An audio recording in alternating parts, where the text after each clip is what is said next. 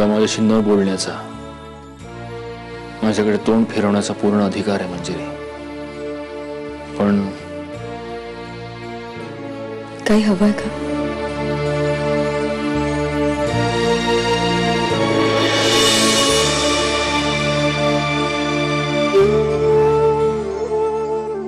माफी हवी आहे, नाहीतर शिक्षा तरी. कशाबद्दल? ते तुला खूप चांगलं माहिती आहे. शिक्षेचं म्हणाल तर जे झालंय त्यात आपल्या दोघांनाही शिक्षा झाली. मी एकटीच हाल सोसत होते आणि तुम्ही सुखासुखी झोपला होता तसं नव्हतं ना? हो, पण मी विनाकारण संशय घेतला तुझ्यावर. त्यासाठी तुमच्याकडे कारणं होती आणि तुमच्यासाठी ती 100% खरी होती. म्हणजे तू मला माफ केलंस?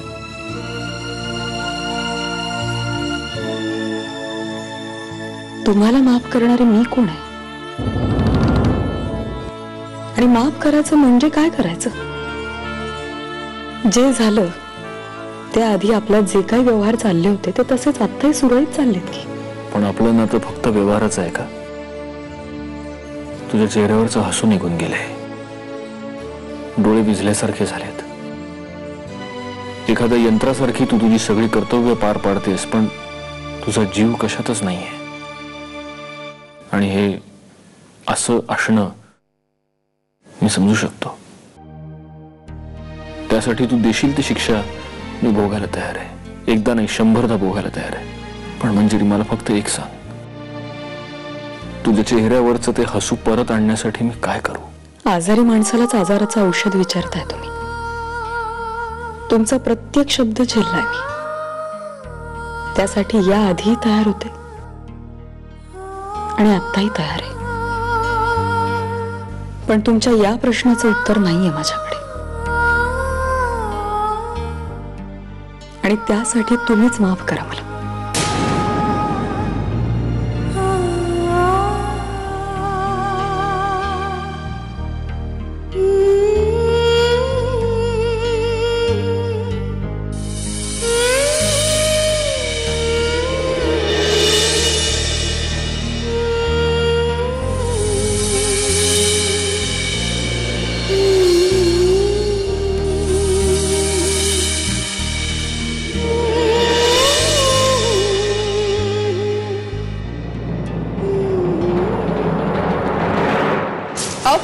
आत्या, मी मंजिरीची काळजी नाही घेणार तर कोण घेणार? बिचारी भोळी मंजिरी. अगं पण डाव पलटला तर? असा कसा पलटेल? तुला आठवतंय आत्या? आत्या तूच म्हणाली होतीस ना की या घरातलं मंजिरीचं महत्व वाढणार आहे म्हणून. अगं पण तसंच घडतंय की. नाही, चुकतेस तू. मंजिरी आणि सत्यजित मध्ये अजूनही दुरावा आहे आणि त्यात आता मंजिरी चालली माहेरी. म्हणजे हा दुरावा आणखीन वाढणार आणि या गोष्टीचा फायदा कसा करून घ्यायचा आहे मला चांगलंच माहिती आहे आणि जमतं सुद्धा. आई अंबे, काय डाव मांडलायस ग बाई? डाव तर अजून मांडायचा आहे आत्या. एकदा का मंजिरी या घरातून गेली की या घरात सत्यजित आणि मी, आम्ही दोघंच, फक्त दोघं.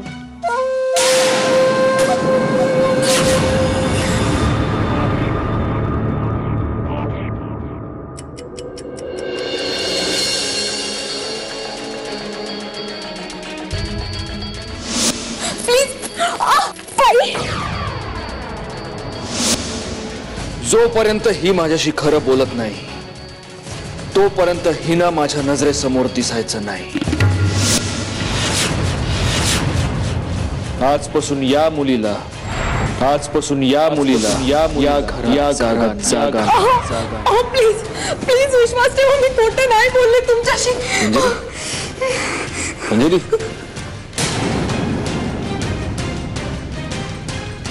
मंजिरी, काय झालं?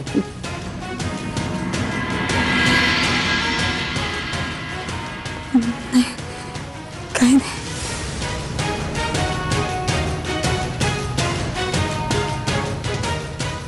Sorry sorry.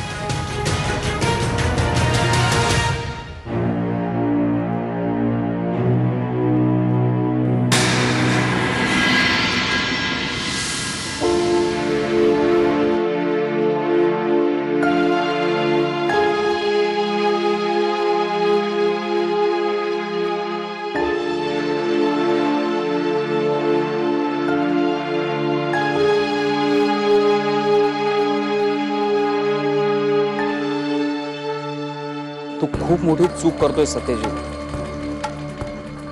अरे जर साक्षी पुराव्यांवरती विश्वास ठेवून आयुष्यभर बायकोवर संशय घेत राहिलास तर तुझं आयुष्य म्हणजे हा कधीही न संपणारा खटला होऊन बसेल.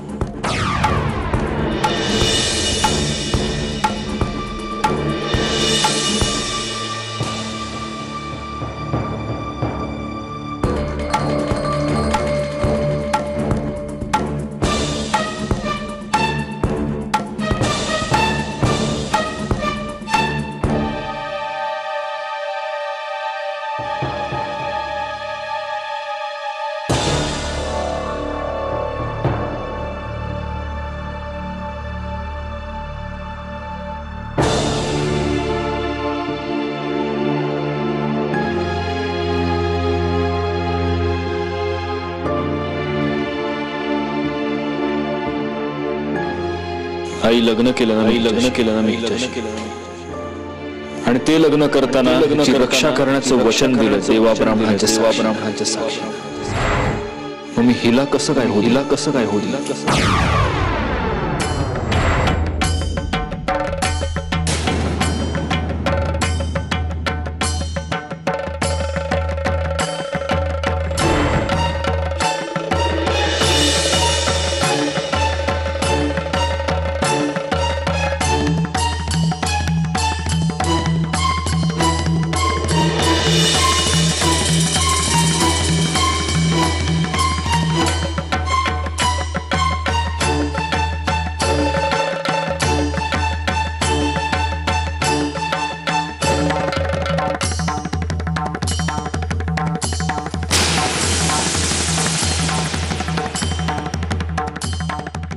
Sorry sorry.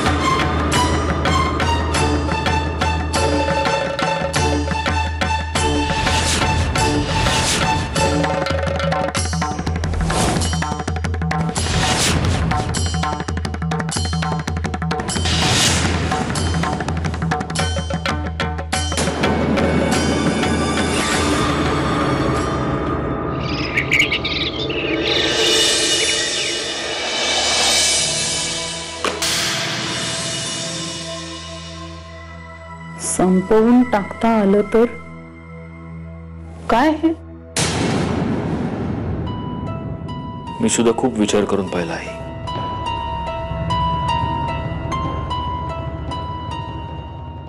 मलाही नाही कळत आहे काय आहे.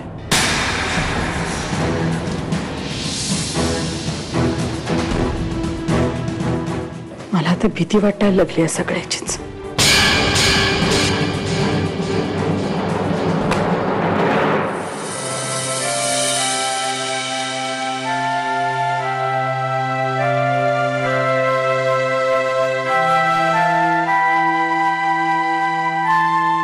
खाऊन घ्या. तुझा उपवास सुटला? नाही मी सोडेन नंतर. त्यानंतर मी सोडेन. हे बघा प्लीज खाऊन घ्या. तुम्हाला ऑफिसला जायचंय.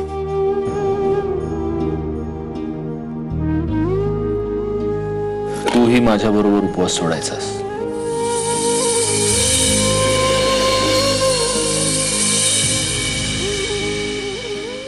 बर, खाऊन घ्या.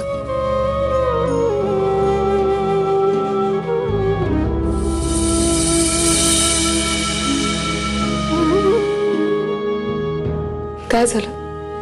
आपल्यात उपवास कसा सोडतात माहित नाही.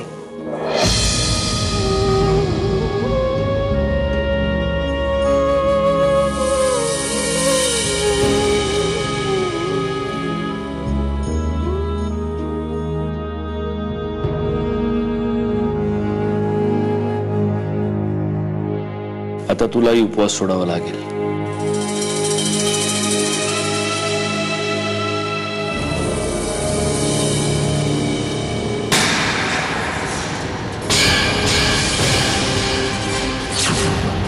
सुटलाय उपास माझा.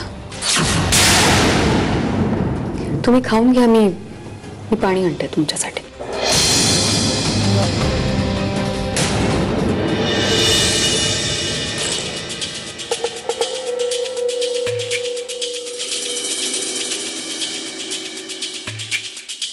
आत्या, तुला बोर नाही होत असं एकटीलाच खेळत बसायला?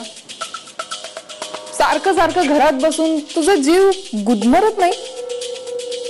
बाहेर जा जरा, फ्रेश एअर मध्ये. तुला नेमकं काय सांगायचं ते सांग.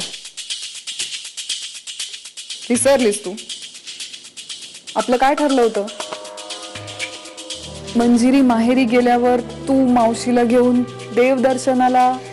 ते वय, हा, त्याची काय काळजी करायलीस तू? ते समजा बघते मी. गुड.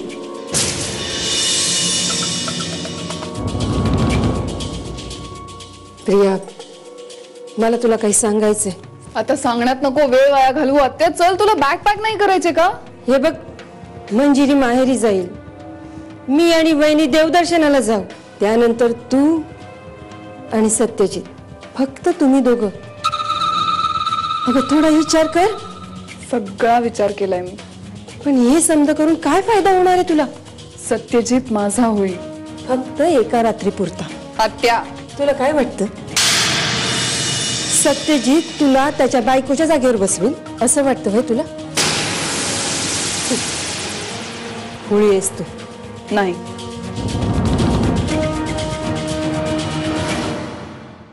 हीच तर पहिली पायरी आहे आत्या. आणि शेवटची बी. आत्या, ज्या गोष्टीचा आपल्याला अनुभव नसतो ना, त्या गोष्टीत बोलू नये एवढं. तोंड सांभाळून बोल प्रिया. काय चुकीचं बोलले मी? बरोबर तेच बोलले ना? प्रिया, सत्यजित साठी मी काहीही करायला तयार आहे. कोणताही मार्ग वापरायला तयार आहे मी. पण मला सत्यजित हवाच आहे. कारण 20 वर्षानंतर तुझी या घरातली जागा मला नाही घ्यायची. चला आता देवदर्शनाचं बघा.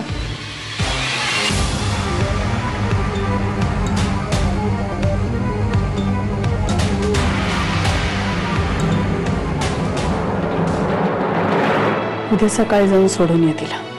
किती दिवस राहणार मंजिरी तिथे? तिच्या जखमा भरेपर्यंत.